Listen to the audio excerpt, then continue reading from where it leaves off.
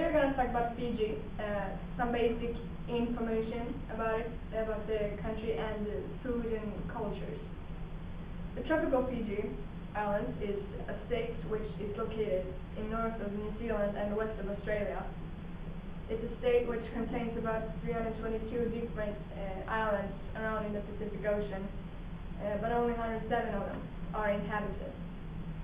The largest island is called Viti, and the capital of that island is Suva, which is a which has a local population between 100,000 and 200,000 people.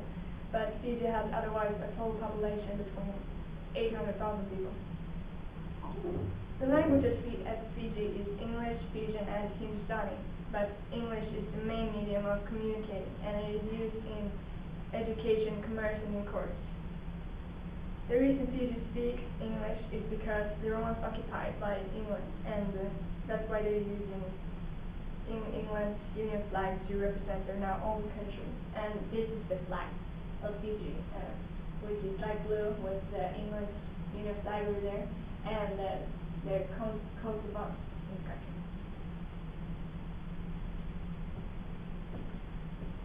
Savuni is the third biggest island in Fiji, and is known for its amazing diving places. The Great White Reef and the Rainbow Reef are actually known to be two of the most amazing diving places in the world. Savuni is also known for their chilly rainforest and their three Bauma waterfalls. Bunica, which is a city in the island Vanuatu, has a Hindu temple built by stones, and the remarkable things about these stones is that they are actually growing. A rumor says that they had to higher the ceiling because these stones grown so much. This place is also a pilgrimage for many religious people. They have also a Hindu temple called Inari, and it is architecturally very distinctive building in screaming colors, as you can see in the picture, raised in honor of the god Murugan. The place is open for all visitors, but only if you haven't been eating meat or been drinking the same day. Fiji also has a culture center in the Pacific Harbor, about 10 kilometers from Suva. There they have important elements in the Fiji culture shown to give the tourists an insight in the Fiji culture and traditions. They also arrange shows with their typical Fijian dance, as you can see in the picture.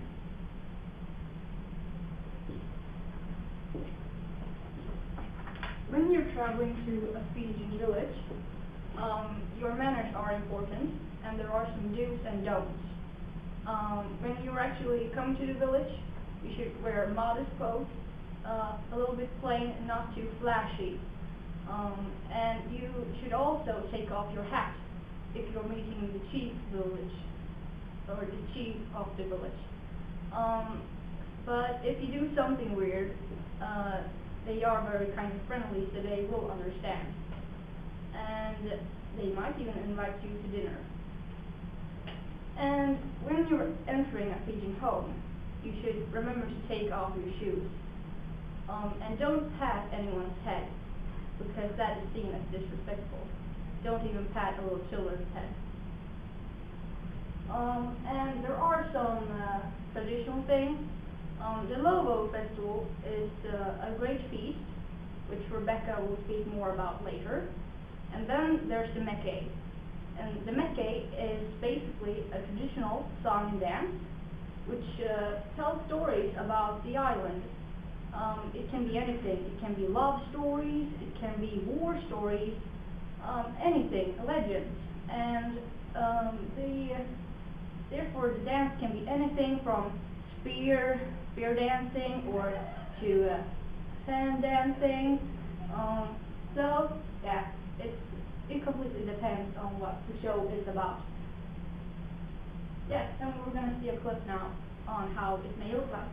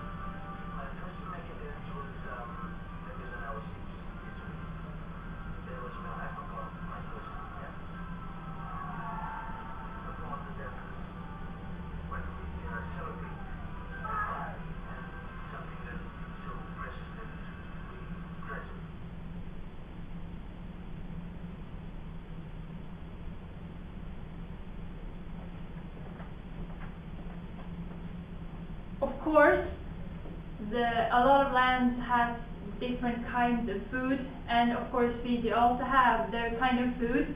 It's cultural, and the native Fijians, along with the Indo-Fijians, prefer to eat with their hands, sitting on a special rug. It's incredibly delicious, unique, and they mainly consist of local commodities such as rice, sweet potatoes, taro, cassava, coconuts, breadfruit, and fish. The national specialties for Fiji food are kodoa, which means kind of like fish salad, and it's a national delicacy, and it's made of raw mahi-mahi. It's a type of fish, marinated in coconut cream, lime, onion, and tomatoes. And there is ruru, which means taro leaf, and it's made of coconut cream and taro leaf. It's some kind of leaf, obviously. And then there is daruka and breadfruit. Daruka, an unusual asparagus-like vegetable, is seasonal during the months of April and May. It's popular in the Fijian dish, as well as breadfruit. Breadfruit is a green fruit, and this is a breadfruit. It's kind of weird, but it's a breadfruit, and they cook it, and it tastes kind of like bread, yeah, somewhat like that. And then there's luwu, as Olivia said. It's a Fijian delicacy prepared for communal events such as weddings and festivals. It is some kind of food that you dig a hole into the ground and line it with coconut husks, and then they are lit with fire and covered with stones. And then they are heated under the ground. So then on top of the stones you put meat, fish, and vegetables, and that's how they're cooked.